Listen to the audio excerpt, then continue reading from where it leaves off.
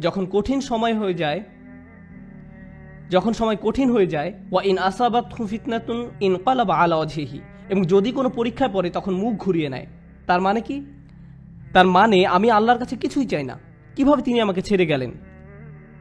কেন তিনি আমাকে বিপদে ফেললেন? আমাদের সময় এটা উপলব্ধি করা খুবই সহজ।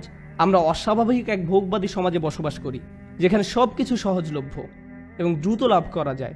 বিনোদন পেতে চান? ফোনে একটা অ্যাপ খুললেই হবে। কিছু কিনতে চান? জাস্ট অ্যামাজন থেকে অর্ডার করুন, এটা আপনার ঘরে পৌঁছে যাবে। সবকিছু কষ্ট ছাড়া পাওয়া যায় এবং সবকিছু সাথে সাথেই পাওয়া যায়। আপনি কিছু চাইছেন, আপনাকে তার কাছে যেতে হবে না, সেটাই আপনার কাছে আসবে। সবকিছু দ্রুত হয়। আমাদের এখন আপ্যায়িত হওয়ার অভ্যাস হয়ে গিয়েছে। আপনার একটা অর্ডার যদি 2 থেকে 3 দিনের জন্য দেরি হয়, তবে আপনি তাকে 1 স্টার বা থামস ডাউন খারাপ রেটিং দিচ্ছেন। আমরা এতে অভ্যস্ত হয়ে গেছি।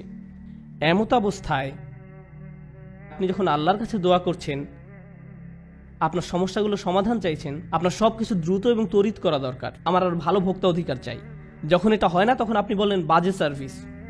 আমার আর ভালো ভোক্তা অধিকার চাই, আমার আর ভালো ভোক্তা অধিকার চাই।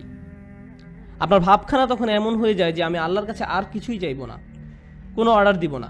আপনি এখন ক্রেতার মতো সুবিধা পেতে চান, আর আপনি আল্লাহর কাছ থেকে মুখ ফিরিয়ে নেন এবং বলেন তিনি আমার কথা শুনছেন না, আমার সমস্যার সমাধান করছেন না। বুঝতে চেষ্টা করুন যে সবার জন্য আল্লাহর পরিকল্পনা রয়েছে। দুটো উদাহরণ দিচ্ছি। ইয়াকুব আলাইসাল্লামের ক্ষেত্রে দেখুন, তিনি তার ছেলে ইউসুফ আলাইসাল্লামকে হারিয়ে ফেলেন।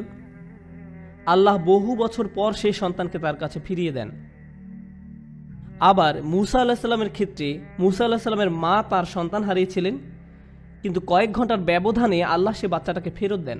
কেননা কয়েক ঘন্টার মধ্যেই যখন বাচ্চাটা ক্ষুধার্ত হয়, পরবর্তী খাবার সেই একই মায়ের কাছ থেকেই পায়, কারণ সে অন্য কারো কাছ থেকে খাবে না।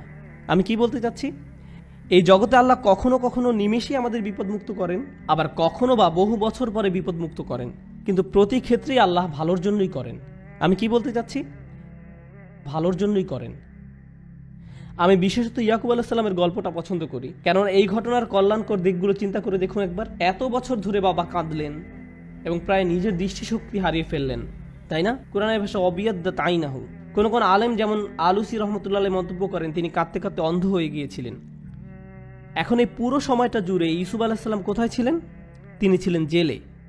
প্রথমত তিনি ছিলেন শিশু শ্রমিক এবং বড় হওয়ার পর জেলে যান, বহু বছর জেলে কাটান। হয় তিনি ছিলেন শিশু শ্রমিক, নতুবা তিনি জেলের কয়েদি হিসাবে জীবনযাপন করেন। প্রথমত তিনি ছিলেন শিশু শ্রমিক, নতুবা তিনি জেলের কয়েদি হিসাবে জীবনযাপন করেন। সুন্দর জীবন ছিল না, এটা সুন্দর জীবন নয়। কিন্তু এরপরও যখন তিনি রাজার স্বপ্নের অর্থ বলেন এবং সেই স্বপ্নের অর্থ হয় যে পুরো অর্থনীতিতে 7 বছরের মধ্যে ধস নামবে, মানুষজন দুর্ভিক্ষে মারা যাবে, একজনই তখন সেই সমস্যার সমাধান জানতেন, তিনি হলেন ইউসুফ আলাইহিসসালাম। যদি তিনি জেলে না থাকতেন তাহলে রাজাকে সাহায্য করতে পারতেন না। বুঝতে পেরেছেন? যদি ইউসুফ আলাইহিসসালাম পুরোটা সময় নিজের বাবার সাথে কাটাতেন তাহলে এমন ঘটনা ঘটতো না।